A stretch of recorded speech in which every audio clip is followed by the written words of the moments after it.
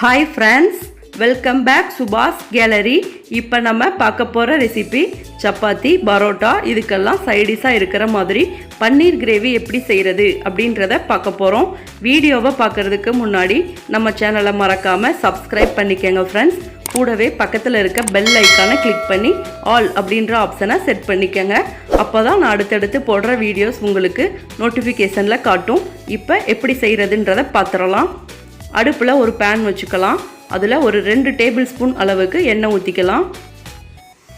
இதுல 200 கிராம் அளவுக்கு பன்னீர் எடுத்து வச்சிருக்கேன். இந்த மாதிரி சின்ன சின்ன பீஸா கட் பண்ணி வச்சிருக்கேன். ஆயில்ல இத சேர்த்துக்கலாம். சேர்த்து நம்ம லைட்டா ஃப்ரை பண்ணி எடுத்துக்கலாம். கடைகள்ல 200 கிராம் பாக்கெட் தான் நமக்கு அவேலபிளா இருக்கும். இந்த மாதிரி லைட்டா நம்ம ஃப்ரை பண்ணதுக்கு அப்புறம் ஒரு பிளேட்ல சேஞ்ச் பண்ணிக்கலாம். அடுத்ததா இதே panல இன்னும் ஒரு 2 டேபிள் ஸ்பூன் அளவுக்கு எண்ணெய் சேர்த்துக்கலாம். இதுல 1/2 டேபிள் ஸ்பூன் அளவுக்கு சீரகம் சேர்த்துக்கிறேன். சீரகம் நல்லா பொரிஞ்சு வரட்டும். சீரகம் நல்லா பொரிஞ்சு வந்ததுக்கு அப்புறம் 2 பட்டை இந்த அளவுல சின்னதா 2 பட்டை சேர்த்துக்கிறேன்.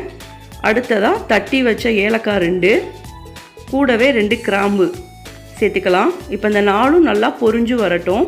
பொரிஞ்சு வந்ததுக்கு அப்புறம் பெரிய வெங்காயம் மீடியம் சைஸ்ல 2 எடுத்து சின்ன சின்னதா இந்த மாதிரி கட் பண்ணி வச்சிருக்கேன். நல்லா வதக்கி எடுத்துக்கலாம். நல்லா வதங்கிறதுக்காக கொஞ்சமா உப்பு சேர்த்துக்கிறேன். வெங்காயம் பாத்தீங்கன்னா நல்லா கண்ணாடி போல வதங்கி வரட்டும். வெங்காயம் நல்லா வதங்கி வந்ததுக்கு அப்புறம் 1 டேபிள் ஸ்பூன் அளவுக்கு இஞ்சி பூண்டு பேஸ்ட் எடுத்து வச்சிருக்கேன்.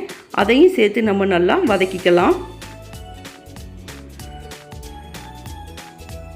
இஞ்சி பூண்டு விழுது வெங்காயத்தோட நல்லா வதங்கினதுக்கு அப்புறம் 1 டேபிள் ஸ்பூன் அளவுக்கு Kashmir chilli powder, 1/2 table spoon அளவுக்கு நார்மல் சில்லி பவுடர், கூடவே 1 டேபிள் ஸ்பூன் அளவுக்கு கோரியாண்டர் பவுடர் தனி மல்லித்தூள் சேர்த்துக்கலாம். கூடவே 1/4 டேபிள் ஸ்பூன் அளவுக்கு மிளகு பவுடர் சேர்த்துக்கலாம். இப்போ இந்த நாளையும் நல்லா வதக்கிக்கலாம். ராஸ்மல் போகிற வரைக்கும் நம்ம வதக்கிக்கலாம். நல்லா வதங்கினதுக்கு அப்புறம் மீடியம் சைஸ்ல 3 தக்காளி எடுத்து மிக்சர் ஜார்ல அரைச்சு இந்த மாதிரி கொண்டு வந்திருக்கேன். இதையும் நம்ம இது கூட ஊத்திக்கலாம். ஊத்தி நல்லா வதக்கிக்கலாம். தக்காளி நல்லா ராஸ்மல் போகிற வரைக்கும் நம்ம வதக்கிக்கலாம். கொஞ்சம் திக்காகட்டும். லைட்டா திக்கானதுக்கு அப்புறம் ஒரு 1/4 டேபிள் ஸ்பூன் அளவுக்கு மஞ்சள் தூள் சேர்த்துக்கலாம். சேர்த்து இதையும் நல்லா வதக்கிக்கலாம். நல்லா வதங்கினதுக்கு அப்புறம் நமக்கு தேவையான அளவு உப்பு சேர்த்துக்கலாம். உப்பு சேர்த்து இதையும் நல்லா வதக்கிக்கலாம். இப்போ மூடியை போட்டு லோ ஃப்ளேமில் ஒரு 2 நிமிஷம் இப்படியே விட்டுறலாம். அடுத்ததாக நம்ம நல்லா வதக்கினதுக்கு அப்புறம் ஒரு 10 முந்திரி பருப்பை மிக்சர் ஜாரில் கொஞ்சமாக தண்ணி ஊற்றி அரைச்சி கொண்டு வந்திருக்கேன். அதையும் இது கூட சேர்த்து நம்ம வதக்கிக்கலாம். நல்லா வதக்கினதுக்கு அப்புறம் திரும்ப மூடியை போட்டு ஒரு 2 நிமிஷம் லோ ஃப்ளேம்லேயே விட்டுறலாம். இப்போ பார்த்தீங்கன்னா எண்ணெய் நல்லா பிரிஞ்சு வந்துருச்சு.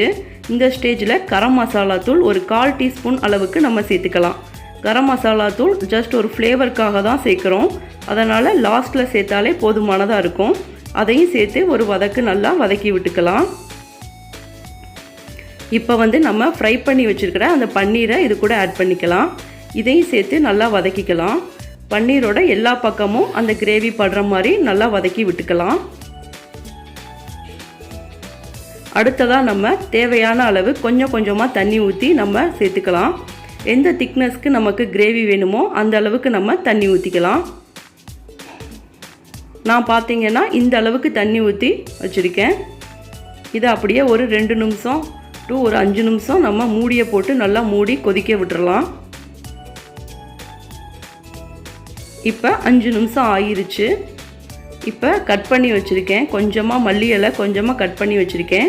அதையும் இது கூட சேர்த்துக்கலாம். சேர்த்துட்டு ஒரு கிண்டு கிண்டி விட்டுறலாம். அடுத்ததாக கஸ்தூரி மேத்தி இந்த அளவில் நான் எடுத்து வச்சுருக்கேன். இதை லைட்டாக ஒரு கசக்கி நம்ம கிரேவியில் போட்டுக்கலாம். இது ஜஸ்ட் ஆப்ஷனல் தான். இருந்தால் சேர்த்துக்கலாம், இல்லாட்டி பரவாயில்ல. இது சேர்க்குறப்ப நமக்கு கிரேவி நல்லா ஸ்மெல்லாக நமக்கு கிடைக்கும். அவ்வளவுதான் நம்ம பன்னீர் கிரேவி ரொம்ப சூப்பராக ரெஸ்டாரண்ட் ஸ்டைலில் ரெடி ஆகிருச்சு. இந்த கிரேவி பார்த்தீங்கன்னா ரொம்பவே டேஸ்ட்டாக இருக்கும். இதே மாதிரி நீங்களும் வீட்டில் ட்ரை பண்ணி பார்த்து எப்படி இருந்துச்சுன்னு கமெண்ட்ஸில் சொல்லுங்கள் ஃப்ரெண்ட்ஸ். இந்த வீடியோ உங்களுக்கு ரொம்ப பிடிச்சிருக்கும்னு நினைக்கிறேன்.